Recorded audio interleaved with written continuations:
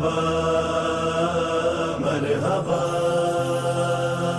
شاست حسین بادشاست حسین. جب گھٹائیں چھا رہی تھیں ظلم کی اسلام پر، فتنہ شر کے لیے تھا مستعد ہر ایک بشر. ظلم و استبداد پر دنیا نے باندھی تھی کمر، حق پرستی چھوڑ کر باطل پہ تھی سب کی نظر. ایسے پورا شوب وقتوں میں اٹھا ایک حق پرست، جس نے دے دی ظلمت و جبر و تشدد کو شکست. تھی ضرورت ایک رہبر کی زمانے کے لیے، مصطفیٰ کے دین کا سکہ بٹھانے کے لیے، نقش باطل کو زمانے سے مٹانے کے لیے، شاہراہ حق پہ دنیا کو چلانے کے لیے. بس حسین ابن علی پہ پڑ گئی حق کی نگاہ، کشتے زار کفر کٹ کے رہ گئی مانند کاہ. ہاں وہی جو تھا محمد مصطفیٰ کا لاڈلا، فاطمہ کی گود کا پالا، علی کا میں لقا. مجتبیٰ کی قوت بازو خلیل کربلا، ضبط و ہمت کا مرقع پے کرے صبر و رضا. جس کا ہر کلمہ ہمارے واسطے پیغام ہے، جس کے دم سے آج زندہ ملت اسلام ہے. امام حسین علیہ السلام تاریخ انسانی کی ایسی لازوال و بے مثال شخصیت ہیں، جن کی زندگی کو بچپن سے ہی قرآن مجید کے مطابق اس انداز سے ڈھالا گیا کہ آپ کا ہر عمل آیات الہی کی تجلی بن کر افق عالم پر چمکا. آپ نے اس گھر میں آنکھیں کھولی جہاں کتاب الہی کی بہت سی آیتوں کا نزول ہوا، جہاں آیت قرآنی کو ضابطۂ حیات سمجھا گیا. امام حسین علیہ السلام نے اس زبان سے علم و حکمت حاصل کیا جو سر چشمہ وحی تھی.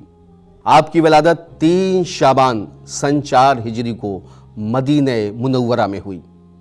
آپ کے والد حضرت علی علیہ السلام اور والدہ حضرت فاطمہ زہرا ہیں. امام حسین علیہ السلام کی زندگی میں حالات ویسے ہی ہو گئے تھے جس طریقے سے حضرت موسیٰ علیہ السلام کے زمانے میں تھے.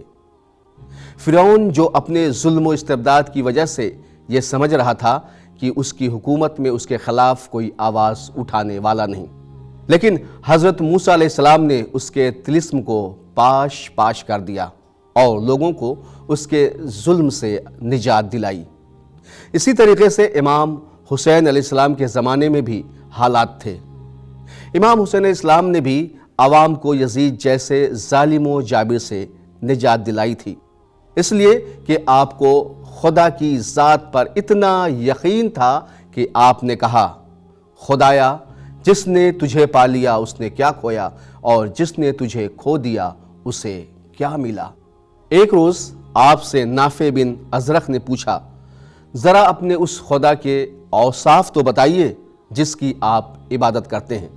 امام نے فرمایا، اے نافع، جو شخص دین کی بنیاد قیاس پر رکھے گا وہ ہمیشہ شک میں رہے گا، حق سے دور ہو جائے گا، ہمیشہ کجروی کرے گا، سبیل حق سے گمراہ رہے گا، برائیوں پر قائم رہے گا. ابن ازرق، میں اپنے خدا کی وہ صفات بیان کرتا ہوں جو خود اس نے بیان کی ہیں. حواس سے اس کا ادراک نہیں کیا جا سکتا، لوگوں پر قیاس نہیں کیا جا سکتا. وہ قریب ہے لیکن اسے چھوا نہیں جا سکتا، وہ دور ہے لیکن استسقاء کی منزل میں نہیں ہے، وہ واحد ہے مگر وہ الگ نہیں کیا جا سکتا، اپنی صفات سے موصوف ہے، اس کے سوا کوئی خدا نہیں ہے، وہی کبیر و متعال ہے. ابن ازرق یہ سن کر رونے لگے اور کہا کہ آپ کی گفتگو کتنی اچھی ہے.